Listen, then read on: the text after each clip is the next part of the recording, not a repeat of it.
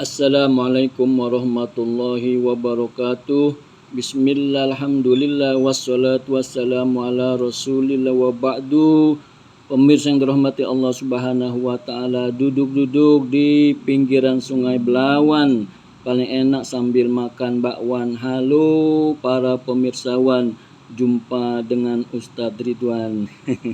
Saudaraku yang dirahmati Allah subhanahu wa ta'ala, di dalam surah Al-Isra ayat 79 Allah berfirman, a'udzubillahi minasyaitonirrajim, wa minal laili fatahajjad bihi nafilatan lak asa ayyab'ataka rabbuka maqamam mahmuda.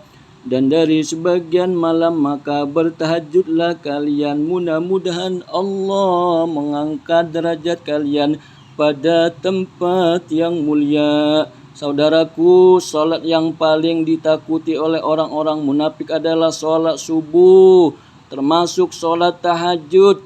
Asqalus salati alal munafikina salatul isya wa salatul fajri walau ya'lamuna ma fihi ma la'atahuma walau habwan. Salat yang paling berat bagi orang munafik adalah salat isya dengan salat subuh. Seandainya mereka tahu apa faedah ganjaran salat isya dan salat subuh, maka orang munafik pasti akan mendatangi kedua salat itu walau dalam keadaan merangkak.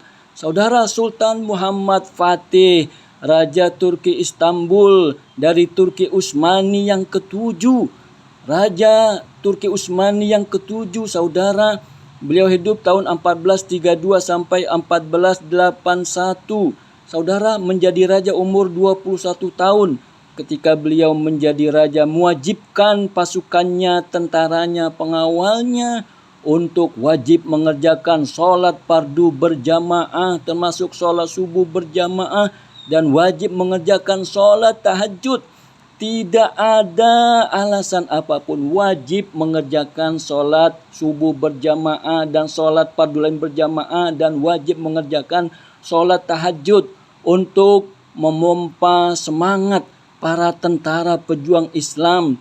Beliau mengatakan bahwa untuk mencapai surga, berjihad di jalan Allah subhanahu wa ta'ala, termasuk dengan menegakkan yang wajib, mengerjakan sholat fardu berjamaah, dan menegakkan yang sunnah, mengerjakan sholat tahajud. Dengan hal itu membuat musuh-musuh Islam pada saat itu menjadi takut, menjadi gemetar, menjadi khawatir. Bagaimana tidak gemetar, tidak takut, tidak khawatir? Kalau untuk sholat yang berat saja seperti sholat subuh dikerjakan berjamaah, kemudian mengerjakan sholat tahajud, bisa kita bayangkan seandainya sholat subuh, sholat tahajud dihadiri, didatangi oleh orang-orang muslim, orang-orang mukmin, seperti mereka mendatangi sholat Jumat. Begitu banyak jamaahnya, ribuan, puluhan ribu, bahkan mungkin jutaan manusia sholat subuh berjamaah, sholat tahajud. Maka untuk urusan yang lainnya akan menjadi mudah. Kenapa? Untuk mengerjakan sholat yang berat saja mereka akan mengerjakan, apalagi untuk urusan lain. Maka itu membuat musuh-musuh Islam pada saat itu menjadi takut, menjadi gemetar, dan akhirnya Sultan Muhammad Fatih dari Turki Utsmani, raja yang ketujuh, berhasil mengalahkan Kekaisaran Bizantium, kerajaan Romawi Timur yang pada saat itu berkuasa, meraih kemenangan melalui norma kepantasan dari Allah subhanahu wa ta'ala. Dengan jalan apa?